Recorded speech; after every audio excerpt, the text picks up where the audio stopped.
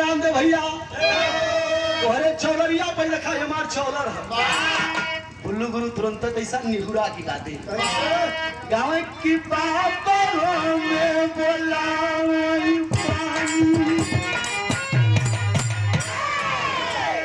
अरे पापा हमें बोला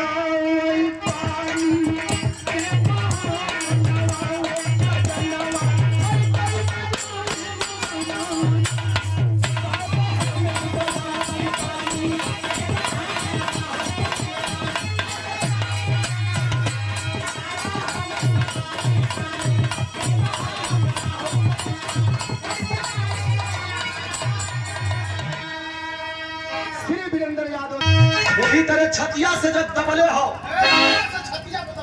छतिया ये लतवा से दबले हो हिंदुस्तानी ताली बजे थे तब मनोहर पहलवान गुरु जी राम की कवि जी लिखत उनका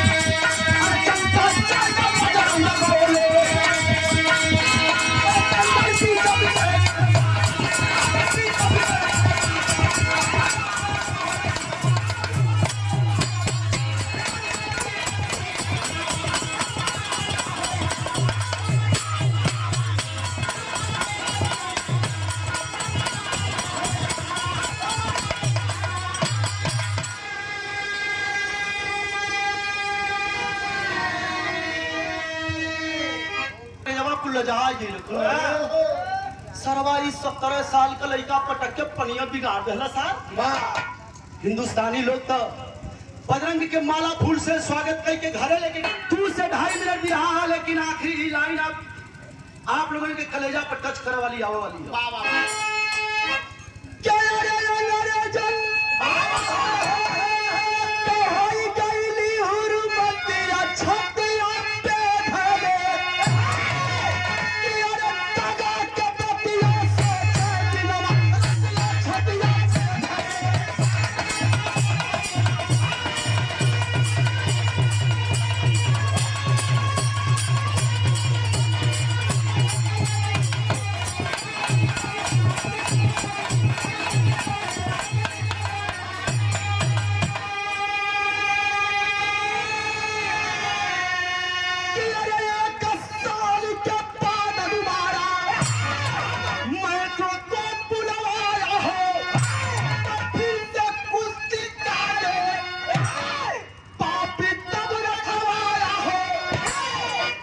साल की तरह वो अंग्रेज स्कूल में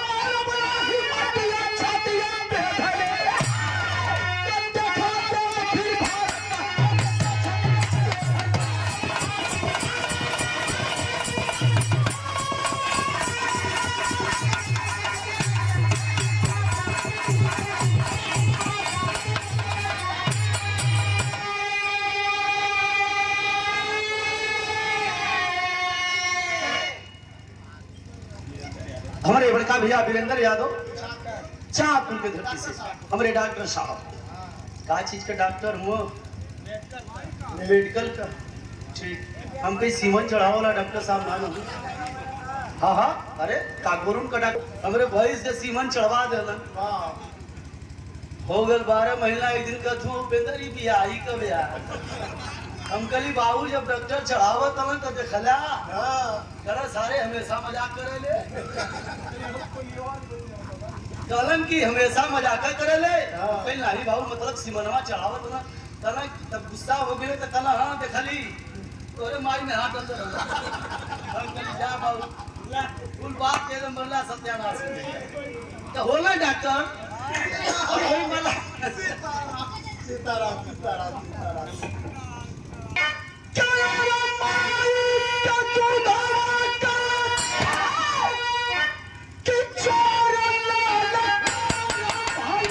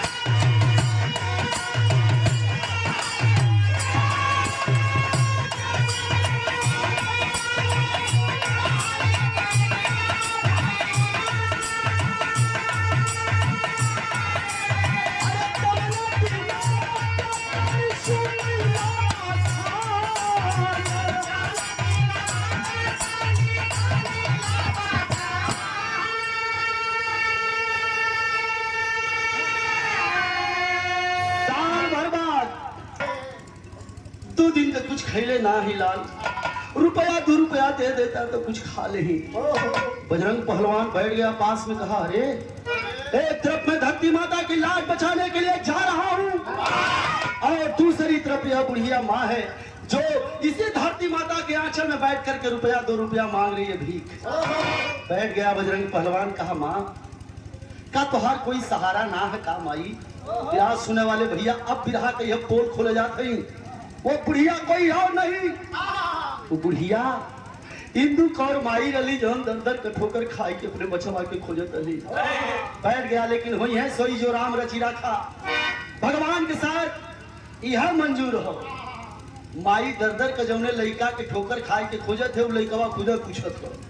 कैसे कि हेरायल तो 2 साल का, माई चीनी कैसे चीन पाई? 2 साल का हेरायल है। बैठ गए, बैठ के कहे लगल माई तोहार कोई सहारा ना बका। तो बुढ़िया इंदू कौर बतावा लगल, का बतौले से? अरे इंदू बताओ बजरंग के कहानियां,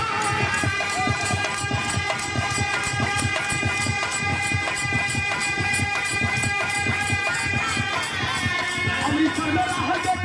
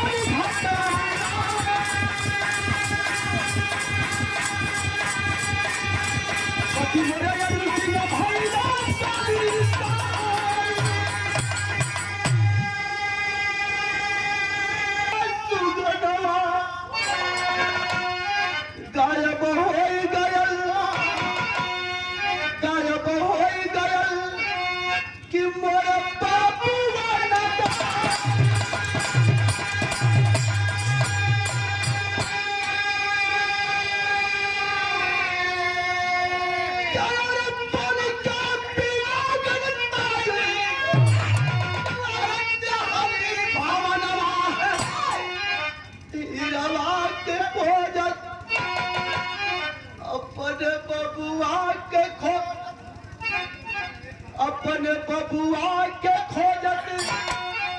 आइली दिल्ली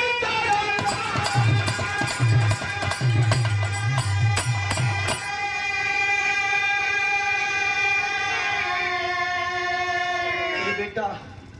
दर दर के ठोकर खाए के अपने 2 साल के लड़का के खोजत